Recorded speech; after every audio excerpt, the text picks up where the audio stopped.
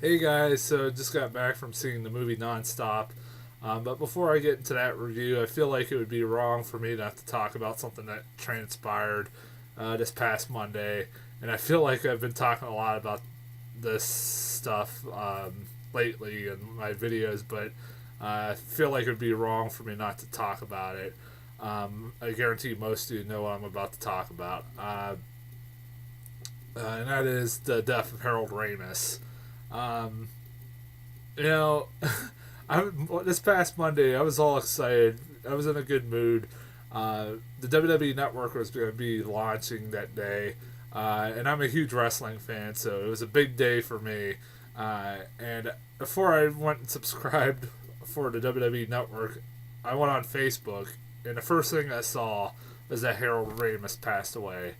And for the rest of my day, I was just bummed out. I'm as much as I enjoyed the WWE Network, I'm still bummed out in the back of my mind thinking about the death of Harold Ramis. This couple about a month ago, I was just talking about the death of Philip Seymour Hoffman and how much that was a huge loss for film. My opinion, this one's worse because off the top of my head, I could name a million, three movies of Harold Ramis's that I love to death, and in my opinion, are the three best comedies like ever made. Vacation, um, Vacation, Caddyshack, and uh, Ghostbusters, obviously. And those three movies either were written, directed, or starred Harold Ramis. And he's also responsible for movies like Groundhog Day, Animal House, just to name a few. And just look at his filmography, and you go, God, this guy's responsible for some of the best comedies of the past 30 years. And this really sucks. I was really sad, and then you find out he had this terminal illness. I never heard about this until he died. When he died, about this terminal illness, I don't know if many people did. And I forgot that his last movie was Year One, and I was like, man, I didn't see Year One, but I heard it was really bad, and I'm like, I kind of wish he would have been able to do something else, and that wouldn't have been his last movie, but it did, and it kind of stinks. And he didn't do any more movies after that because he was so terminally ill, for what I was told. But yeah, this sucks. This really sucks. I really liked Harold Ramis. I love Ghostbusters. I love Caddyshack. I love Vacation. Love Groundhog Day. Love Animal House. All great movies of his. And you know, we lost one of the greatest comedic writers, directors, actors out there.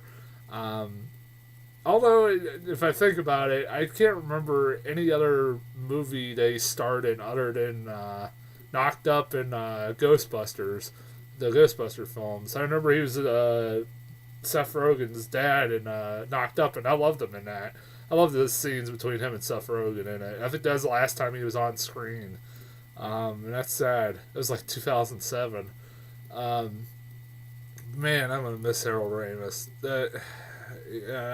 I was really sad. And by the way, I keep hearing rumors now that they're gonna be rewriting Ghostbusters 3. Don't fucking make Ghostbusters. If you want to respect Harold Ramis, don't make Ghostbusters 3. If Bill Murray's not going to be involved and now you've lost Harold Ramis, I think you should just call it quits on that movie. I don't want to see it. Without Harold, I even heard that Harold Ramis would only made a cameo because he was so sick. But still, I don't want to. Even if he was only supposed to make a cameo, I still don't want it to be made. It's gonna apparently from what the script says is that it's gonna be just a new bunch of Ghostbusters, and the old ones were supposed to make appearances here and there. But still, I don't care. I don't want that. I don't want it to be made now officially. Um, and I think out of respect they shouldn't.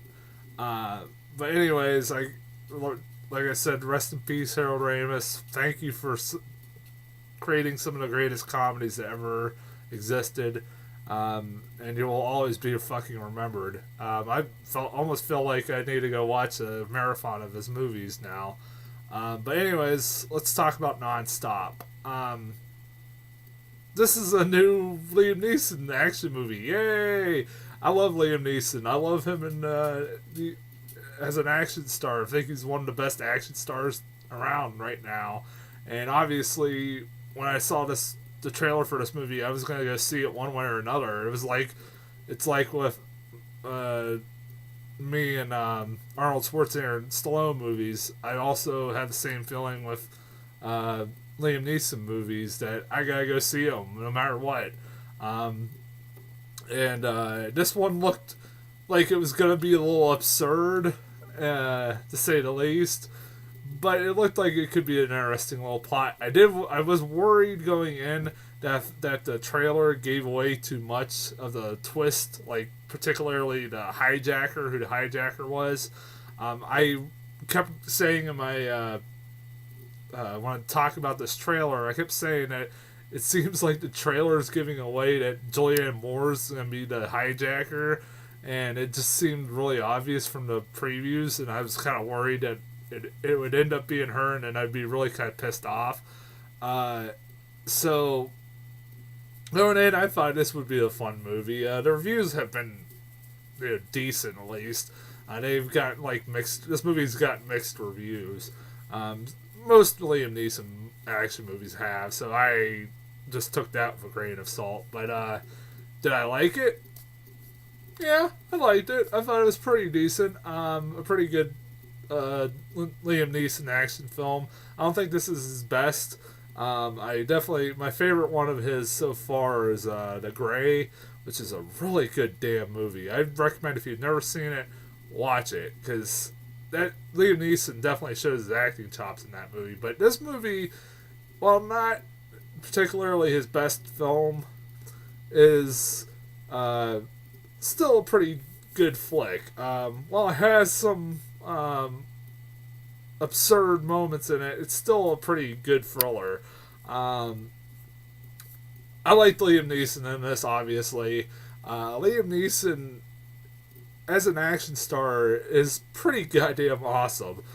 He kicks about as much ass as people younger than he is, and comes off more like a badass than a lot of people that are younger than he is. I don't know how old he is now, but he's got to be up there in his 50s, I'm sure. And he kicks more ass, like I said, than like name any young action star nowadays. And that's pretty cool. Yeah, he's still a really good actor, in my opinion, a really underrated actor. He has some really good quiet moments in this movie here and there. And his acting is really solid in this flick, like most of his flicks are. He's really good in this flick. I also like Julianne Moore. I have any time of day for Julianne Moore. I think she's a great actress, and her interactions between her and Liam Neeson are great. They have some really good chemistry together. They don't have a love. She's not like a love interest or anything. If you're wondering, they really kind of just hint it at the end, but that's about it. They don't try to force her into like a love relationship with Liam Neeson or anything like that, which is good. But like I said, the chemistry between the two of them are good, and Julianne Moore is great as always. You also have I didn't realize this. Those are the two actors that you can recognize off the bat, because mostly there's a lot of actors. I think Ben Mendelsohn is in this movie. A guy who's been in a lot of movies lately, and I've enjoyed, and he's pretty good in this flick. I didn't recognize him until the end, actually. That was him. Ben Mendelsohn, or I don't know if I'm saying his name right. He's from that guy from Killing Them Softly. And what other movie was he in? I forget. God damn, I can't remember. But yeah, I remember him Killing Them Softly. I remember seeing him in it and really being impressed by him in that. Also, you got that Lupita Nyong'o. I don't know how to say her last name, but that chick from 12 Years a Slave, the one that's up for Best Supporting Actress Sunday. Um, she's in this as like a flight attendant. And I didn't realize that until after I saw the movie and looked up on Wikipedia that she was in this. I was like, really? And then I thought, oh yeah, she was that flight attendant. I should tell you how memorable she was in this movie. I mean, she's barely in it, which is kind of funny, you know.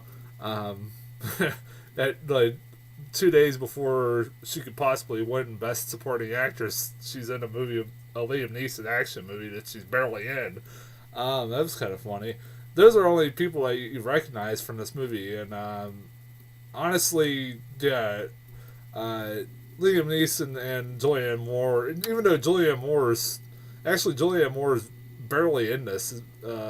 If you really uh, think about it, it's more the Liam Neeson show, which is fine by me, um, because he is a really good actor.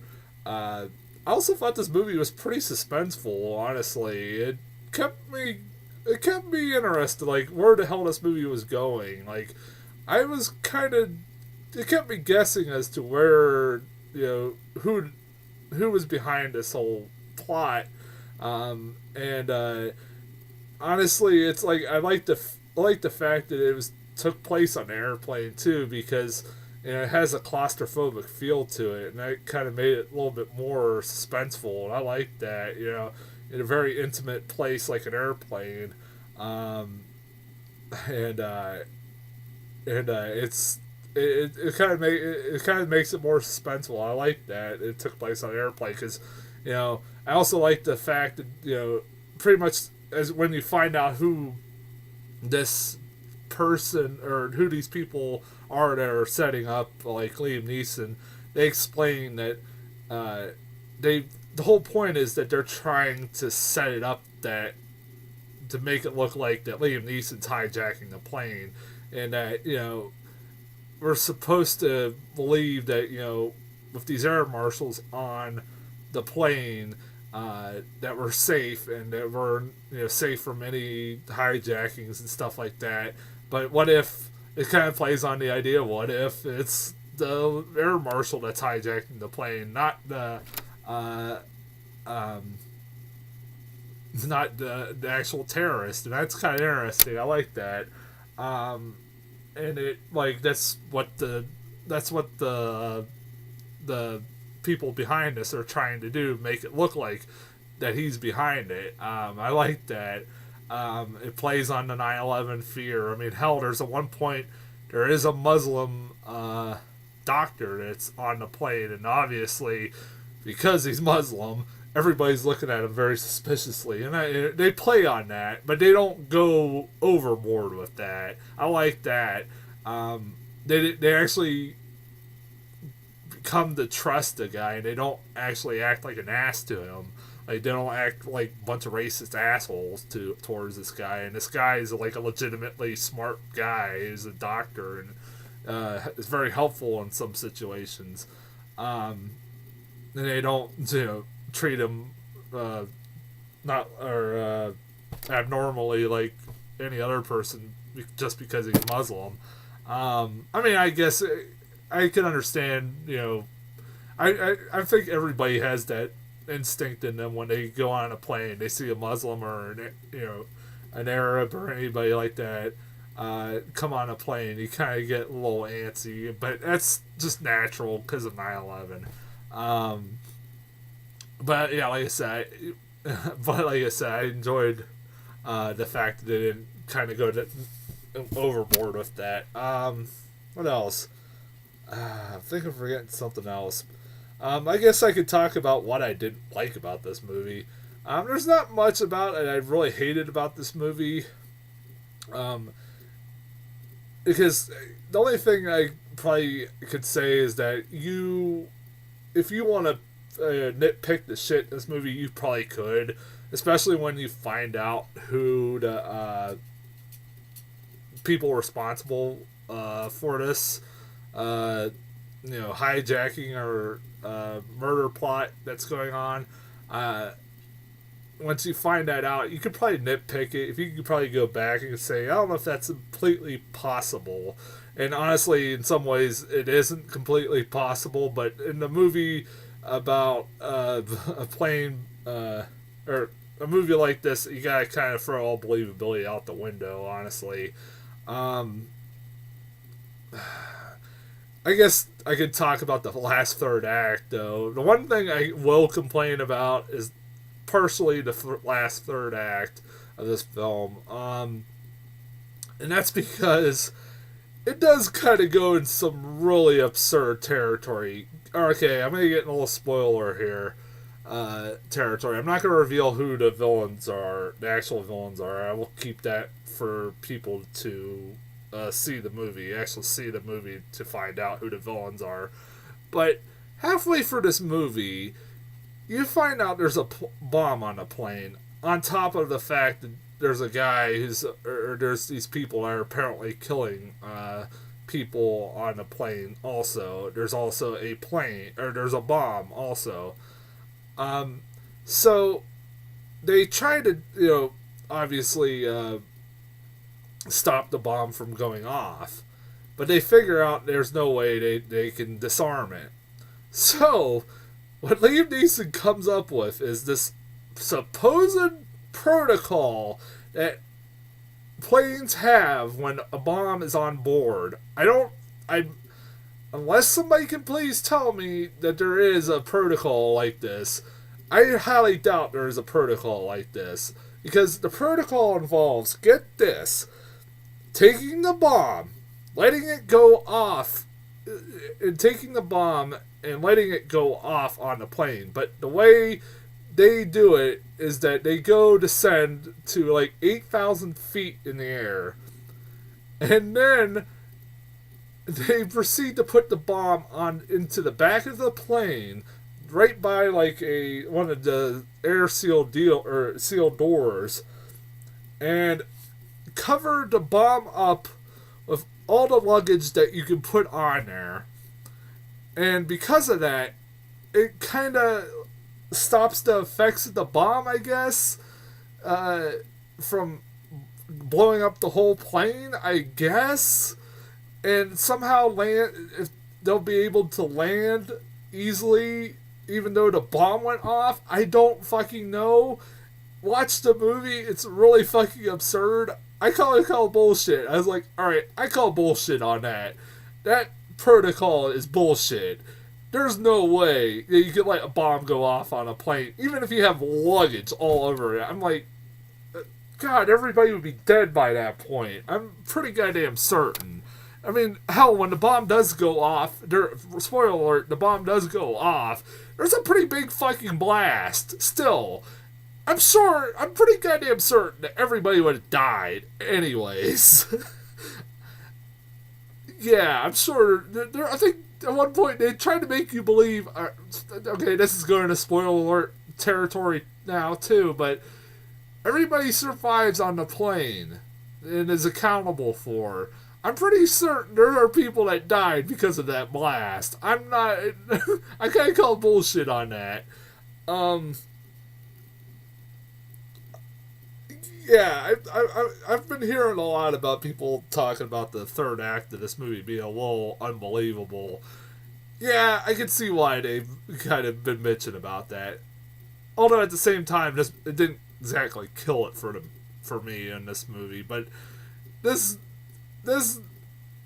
plot twist, like, halfway through the movie, makes you have to really suspend a lot of disbelief with this bomb protocol. Somebody could tell me that maybe I'm wrong. Maybe there is a bomb protocol with the airplanes that involves putting luggage in front of it and letting the bomb go off on the plane. Yeah, I don't know if it's hard to explain that bomb protocol because it's so stupid.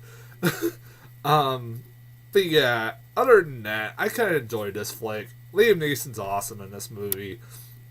And Julianne Moore is great. It's this pretty suspenseful movie, and it is kind of, like I said, it is absurd, and you have to suspend a lot of disbelief.